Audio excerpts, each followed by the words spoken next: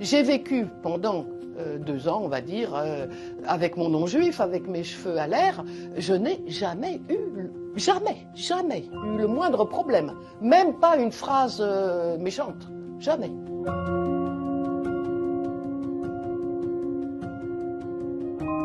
C'est une société très tolérante qui est en train de mourir. Il faut bien comprendre que ce qui est en train de se passer, c'est un génocide contre la population de Gaza. J'ai passé beaucoup de temps à Gaza, probablement, si je somme tout, 2 années, mais j'ai vécu 18 mois continuellement à Gaza. La société à Gaza était extrêmement ouverte, avec un grand éventail de positions politiques.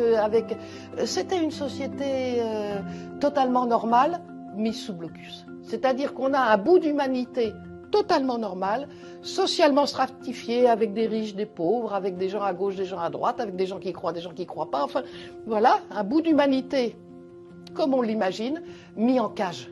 C'est une situation invraisemblable, invraisemblable. J'ai beaucoup aimé vivre à Gaza. J'ai noué des amitiés très fortes.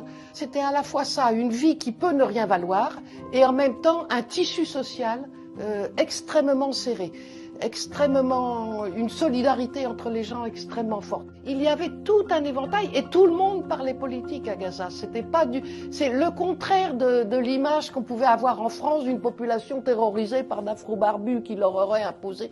C'était pas comme ça. C'était une vie, à la fois une vie d'injustice totale, parce qu'un blocus c'est une injustice totale, et une vie dans laquelle le vivre ensemble a complètement un sens.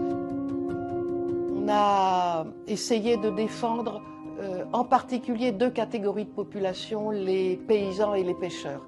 Pourquoi les paysans et les pêcheurs?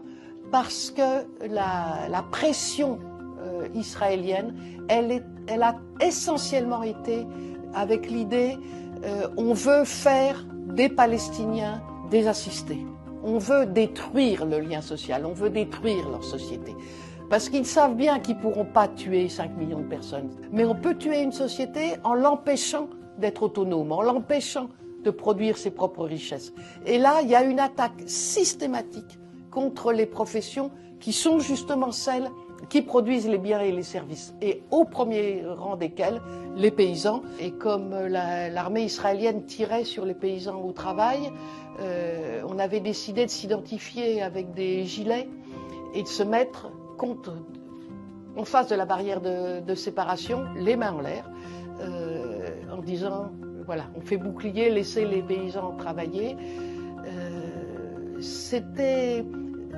J'avais déjà plus de 60 ans, c'est spécial hein, d'être devant un tireur qui te met en joue.